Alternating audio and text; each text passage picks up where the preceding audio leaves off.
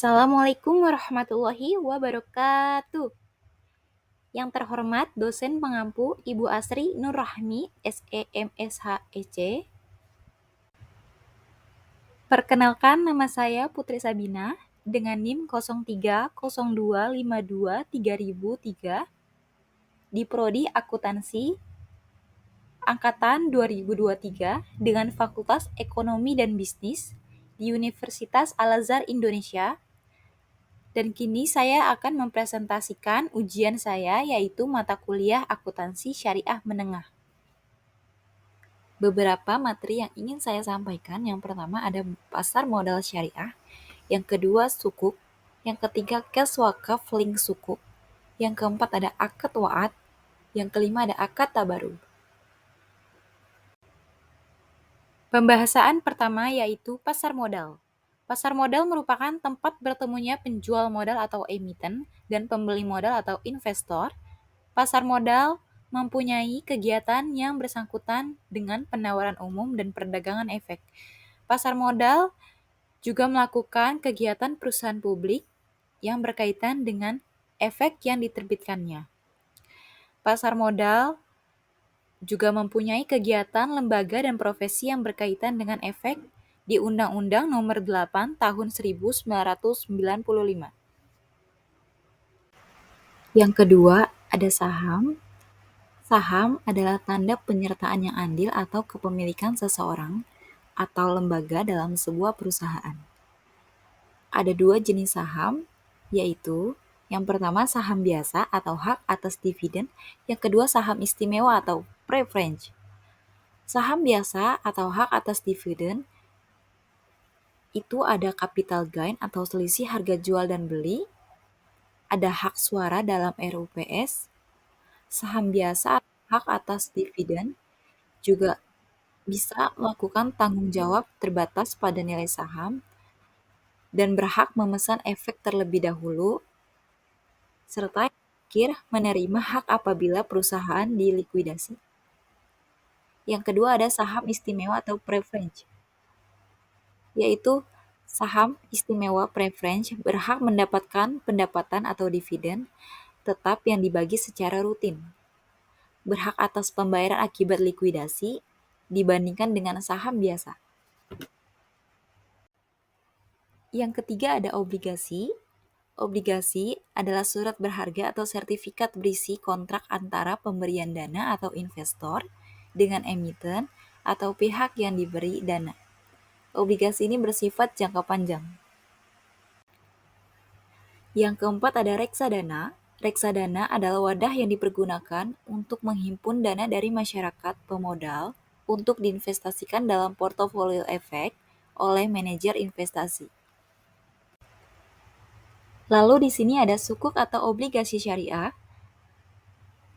Sukuk atau obligasi syariah adalah surat berharga jangka panjang berdasarkan prinsip syariah, memberikan hak kepada pemegangnya, yaitu yang pertama ada atas bagi hasil atau margin atau fee, bukan bunga atau capital gain. Yang kedua ada pembayaran kembali dana sukuk pada saat jatuh tempo. Di sini ada jenis akad yang digunakan untuk obligasi syariah. Di Fatwa nomor 32, yang pertama ada mudharabah, yang kedua ada musyarakah, yang ketiga ada murabahah, yang keempat ada salam, yang kelima ada istisna, yang keenam ada ijarah. Di sini saya menjelaskan 3 sukuk, yaitu yang pertama sukuk mudharabah. Sukuk mudharabah, sukuk yang menggunakan akad bagi hasil pendapatan yang diperoleh investor atas obligasi tersebut, tergantung pada pendapatan tertentu dari emiten atau sesuai dengan penggunaan dana dari penerbitan sukuk. Contoh dari sukuk mudharabah ini yaitu dapat digunakan untuk pembiayaan proyek-proyek bisnis atau investasi. Yang kedua ada sukuk murabahah. Sukuk murabahah berdasarkan pada transaksi jual beli. Dalam struktur ini, sukuk diterbitkan untuk membiayai pembelian barang tertentu dengan margin keuntungan yang telah disepakati.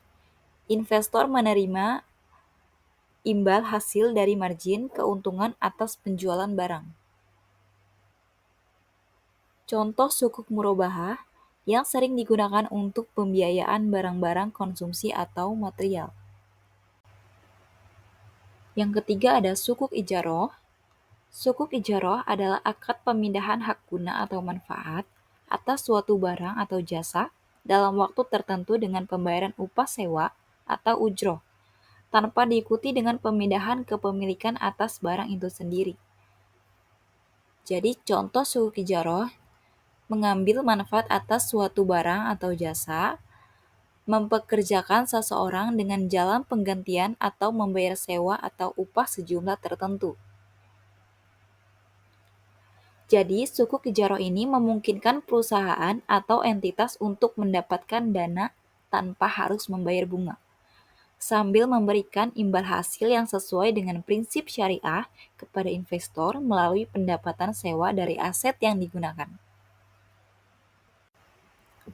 Lalu di sini kita masuk penjelasan cash wakaf link sukuk.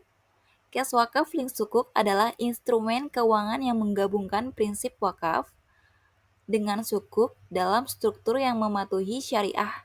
Dalam sistem ini, dana yang diinvestasikan dalam sukuk digunakan untuk tujuan wakaf, seperti mendanai proyek sosial atau amal, sementara investor mendapatkan imbal hasil dari sukuk.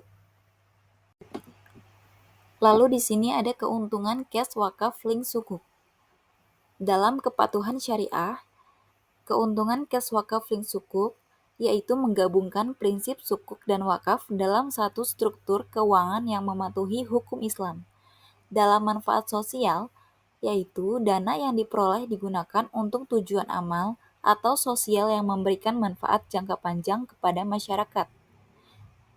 Dalam segi verifikasi investasi, yaitu memberikan peluang investasi yang berbeda dan sosial yang menarik bagi investor yang ingin berkontribusi pada proyek sosial sambil memperoleh imbal hasil. Jadi, cash wakaf link sukuk adalah inovasi yang mengintegrasikan aspek investasi dan amal, serta memberikan solusi untuk pendanaan proyek-proyek sosial sambil menawarkan imbal hasil kepada investor. Pembahasan akad wa'ad. Akad wa'ad adalah janji atau komitmen yang dibuat oleh satu pihak untuk melakukan sesuatu di masa depan. Dalam konteks keuangan ini biasanya melibatkan janji untuk melakukan transaksi atau memberikan layanan sesuai dengan kesepakatan. Implementasi akad wa'ad yang pertama dalam sukuk yaitu janji untuk membeli kembali aset pada akhir masa sukuk. Yang kedua dalam murabahah, janji untuk membeli barang pada harga yang disepakati. Yang ketiga ada dalam pembiayaan proyek, ada janji untuk menyediakan dana pada waktu tertentu. Lalu di sini ada realisasi akad wa'ad. Yang pertama ada pelaksanaan janji, yaitu melaksanakan janji sesuai dengan komitmen. Yang kedua ada kompensasi, yaitu menyediakan kompensasi atau ganti rugi jika janji tidak dipenuhi. Yang ketiga ada kepatuhan syariah, yaitu memastikan pelaksanaan janji sesuai dengan prinsip-prinsip syariah. Pembahasan terakhir yaitu ada akad tabaru. Jenis-jenis akad tabaru ini, transaksi kebajikan terdiri dari qard, ron, hawalah, wakalah, wadiah, kafalah, dan wakaf. Beberapa berikut penjelasan jenis-jenis akad tabaru. Yang pertama ada qard. Qard adalah meminjamkan tanpa mengharapkan imbalan. Institusi pengelolanya yaitu ada Bait al-Mal, Bait al-Zakah, organisasi sosial, dan bank syariah, serta individual. Yang kedua ada ro'an. Ro'an adalah menahan salah satu harta milik si peminjam sebagai jaminan atas pinjaman yang diterimanya. Institusi pengelolanya yaitu ada pegadaian, koperasi, dan owner operators. Yang ketiga ada hawalah. Hawalah adalah pengalihan utang dari orang yang berhutang kepada orang lain yang wajib menanggungnya. Institusi pengelola dari hawalah ini yaitu bank syariah. Yang keempat ada wakalah. Wakalah adalah penyerahan, pendelegasian, atau pemberian mandat. Skema transaksi wakalah ini dapat dijumpai pada perbankan, seperti transaksi penagihan, pembayaran, agensi, administrasi, dan lain-lain. Yang kelima ada kafalah. Kafalah adalah jaminan yang diberikan oleh penanggung kepada pihak ketiga untuk memenuhi kewajiban pihak kedua atau yang ditanggung. Yang keenam ada wadiah.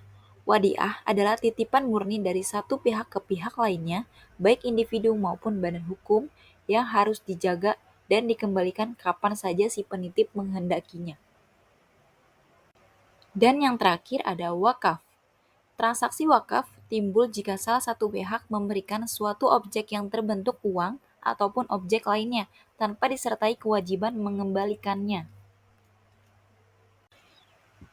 Yang terhormat Ibu Asri Nurrahmi, SEM SHEC, sekian video presentasi yang dapat saya sampaikan. Kurang lebihnya mohon maaf. Wassalamualaikum warahmatullahi wabarakatuh. Terima kasih, Bu.